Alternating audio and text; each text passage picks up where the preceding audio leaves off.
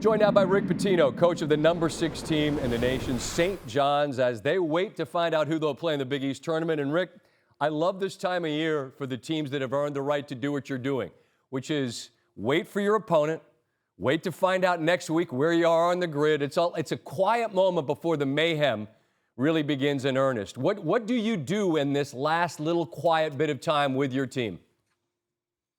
Well, I told our team we have 3 days to get rid of some of our blemishes entering the tournament. I try to let the conference tournament sort of be like the NCAA tournament. I say the first game is the first round, the second game is the 32, then the Sweet 16. And I try to mimic that without the day off in between, just to get them used to the pressure. Against Marquette, with 4 minutes to go in the game, it was anybody's game. I said, okay, guys, we are now in the round of 32. There's 4 minutes to go in the game. Marquette is leading. We're going to see who's going to win this game and advance. So we're playing this like an NCAA tournament game with 4 minutes to go. Well, you advanced at the buzzer, and you guys have won so many tough games throughout the season. You don't want to use that up until it begins next week, right? I get what you're saying. And Rick, we've talked on this show about what you've done at legendary stops through the years, and everybody knows what it is. But I look at what you're doing currently at St. John's, and you're restoring the luster of the crown jewel of New York City college basketball. You've done a ton elsewhere, but the satisfaction, Rick, in that, how do you frame it?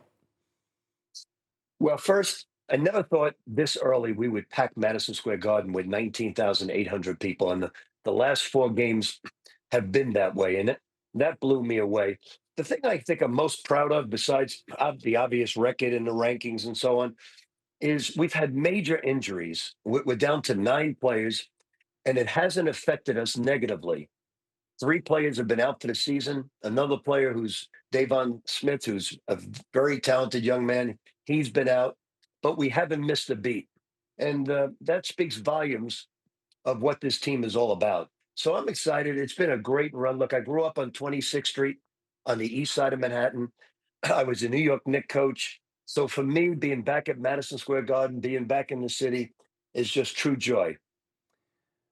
The identity of your team is toughness and defense.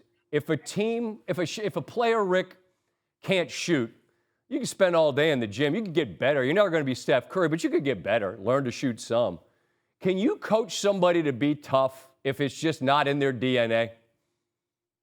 Well, I think that's where you have to really pay attention to what your culture. You may take a player a little bit less talent, but has great toughness. So you have to really fit, especially this is all free agency today. All the players are getting paid, and you really have to do your homework on this. So it's, for instance, this year we're losing 3 terrific senior players, and maybe junior RJ will leave as well, RJ Louise, who was the MVP of the league. So we are going to go after some veteran ball players, but one of the common denominators is going to be they have to be passionate, hungry, and driven and tough. And if they have those qualities, we'll work with some of your weaknesses, but we need toughness as a common denominator. Rick, to a degree, I think you gave me a glimpse of it earlier with your answer about the game at Marquette and coaching them in that last 4 minutes. But the best lesson that you can give your guys now about what's coming, not just this week in the Garden, but beyond, right, to try to ultimately win a title for St. John's. You know it. You've lived it.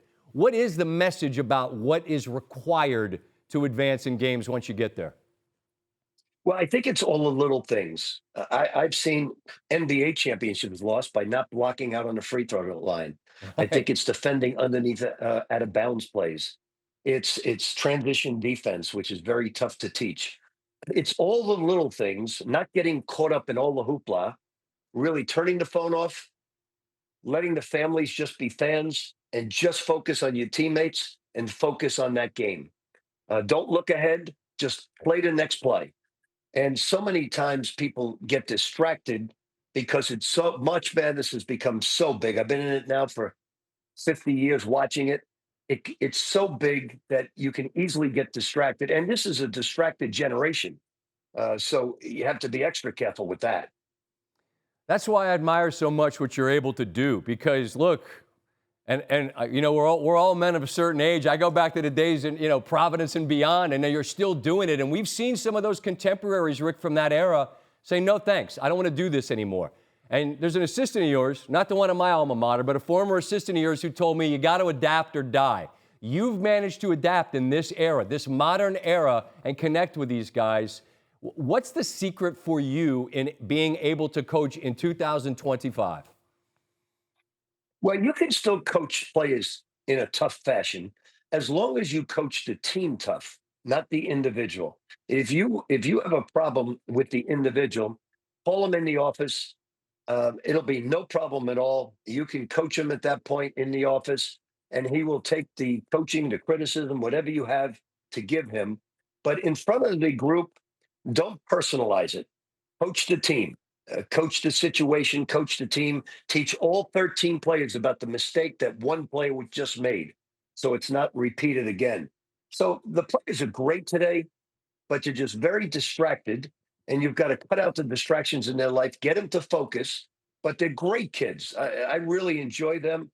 Adapting, though, to the NIL, adapting to being a free agent, adapting to agents being involved in the recruitment.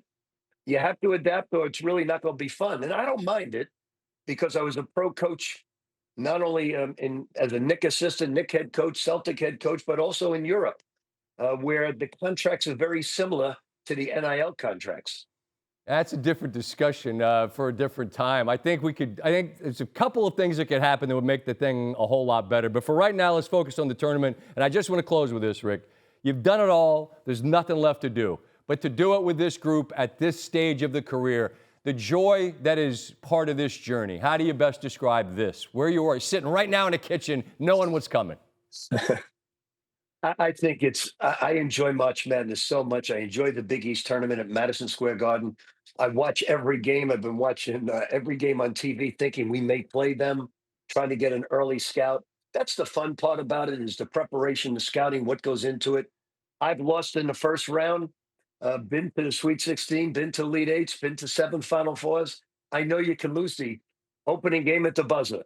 So you just take it possession by possession, hoping that you'll survive in advance. And it's just so much fun to be part of it. I'm glad I'm back in it.